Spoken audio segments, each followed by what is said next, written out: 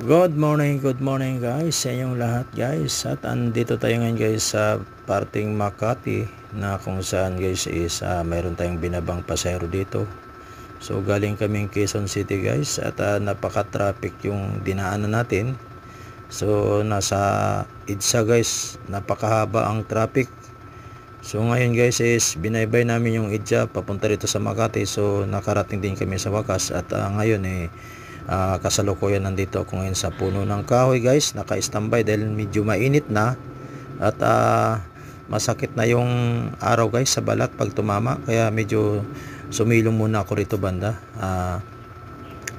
Mag-aabang tayo rito guys ng booking habang dito tayo sa may puno ng kahoy, nakatago dito sa may lilim. So ganun pa man guys is babakbak pa rin tayo hanggang mamayang 12 o'clock ng tanghali. So maaga pa naman guys is 10:30 pa lang ang oras sa ngayon. So ayan guys, nakatatlong rides pa lang tayo. So tuloy-tuloy pa rin tayo sa ating babakbak sa pagbabiyahe ng angkas.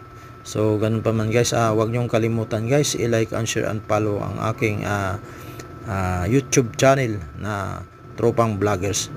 Thank you so much guys sa inyong support at huwag nyong hindi kayo po magsasawa sa inyong panonood sa aking ina-upload ng mga video. Okay guys, thank you so much and bye bye.